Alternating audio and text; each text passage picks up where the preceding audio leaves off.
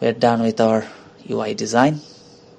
So now let's upload it. Now I press compile, and name of our project is ABC, and we open the build folder. There is a TFT file having the same name, and we copy it and we paste it, and we are done. Okay, to upload this code, we actually have to put this SD card where I have loaded that TFT file into the SD card slot, which I have already done.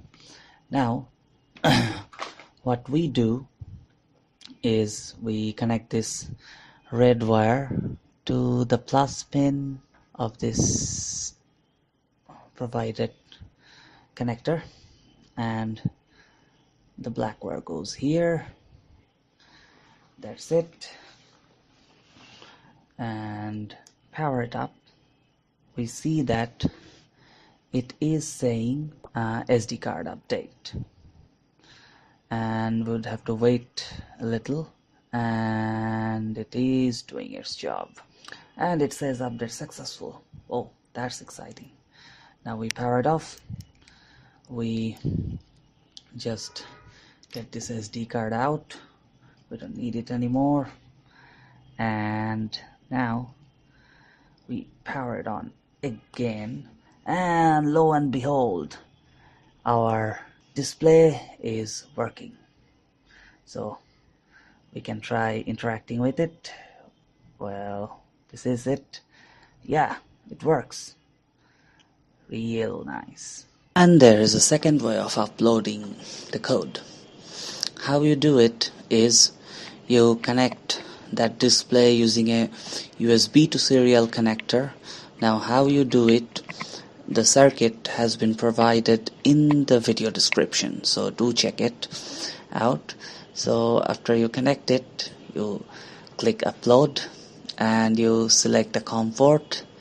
The baud rate is just that, and you press go, and it says, if it says connected, it will also show the status, and after a while it will be done with the uploading.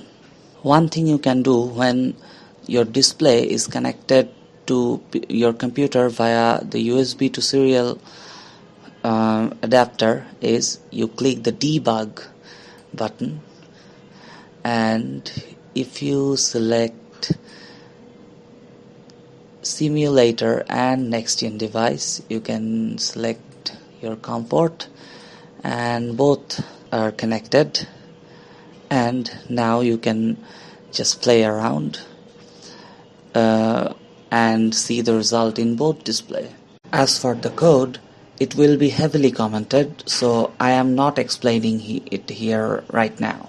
I downloaded the IT Studio Nextion library from their website, and I put it in the Arduino sketch folder, which would be the my document / Arduino for Windows users, and just Arduino folder in the home directory for Linux users. Now I had to do a few things here. What they did was this line actually had serial 2 here, which would be good if you are using an Arduino Mega, but if you are not, you actually need to have a software serial or something like that here, or you may just want to write serial here. But I want to use a software serial library because I don't want to mess things up, because the hardware serial is connected to the USB port and such things.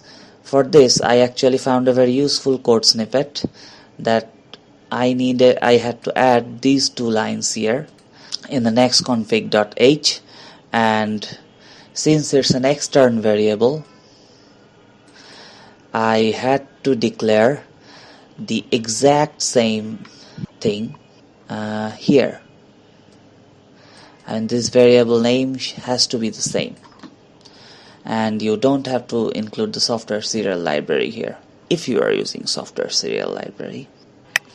And as it turns out, they were not using the standard rules of Arduino sketch writing, because their folder name was, say for example, simply comp timer, but they added the version number at the end, so it was not showing up in the Arduino examples section, which I am fixing now. And this modified library along with the software serial support will be available for download in the video description. Okay, here's our setup and let's test it. Well, according to our code, if we pull the slider, this LED should fade in, should get brighter or get dimmer.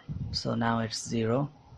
So if we say pull it a little, it got a bit brighter. If we pull it more, it got a little bit more brighter. And now it's at max brightness. Actually now, yeah. And this label, according to our code, shows the actual value of the slider, and it shows the percentage. And if we press this toggle, you can see that pin 13 lights up, and if we press it again, it simply turns off. And if we play around with this pot, the progress bar and our dial goes up or down. The touch is really good for a resistive touch screen, but obviously not as good as a capacitive one. So, what are my opinions about this display overall?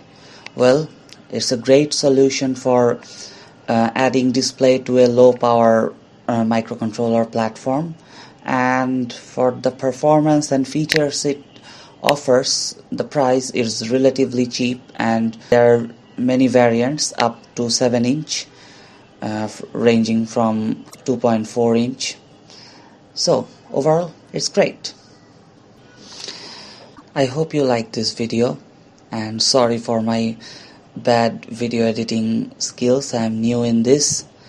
I hope you would like, share and subscribe to my channel, and stay connected.